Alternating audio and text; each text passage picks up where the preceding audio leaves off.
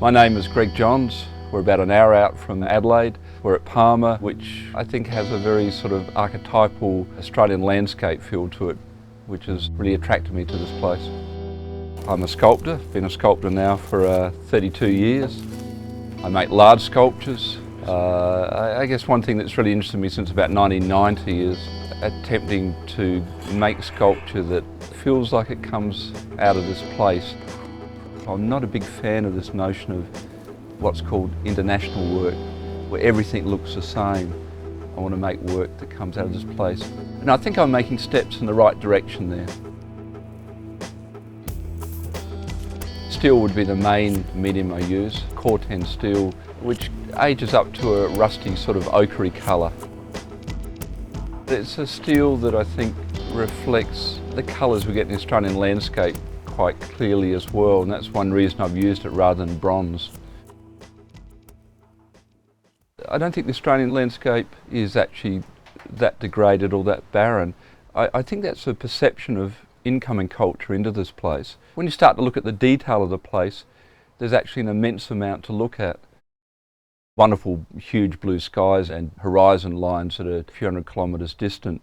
It's a really dramatic setting to place the works in. They silhouette against the sky in really dramatic sort of fashion. It highlights the sculpture, and I was aware of that from the beginning, that this was simply a dramatic place in which to place my work. Within the sculpture I think there's influences both from incoming culture, but there's also local influences in the work, and I really tried to push the two together and come up with perhaps a third sort of way of looking at things. I'm not trying to become Aboriginal in a way. I mean, I think it's just a silly thing to do. I think that hybridising of views about sculpture from Europe, together with an understanding of this place before European arrival, and indeed what Aboriginal culture had to offer, I think you put all that together and you've got a really exciting mix.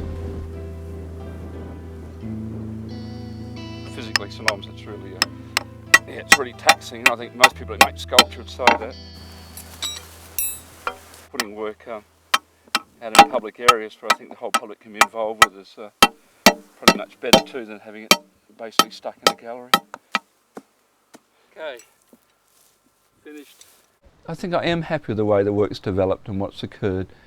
I don't think I've played it really safe, and I think the work's saying something a bit different, and it's exploring this place to some extent. I think to be a sculptor here at this point in time is actually probably the best place to be, really, in the world.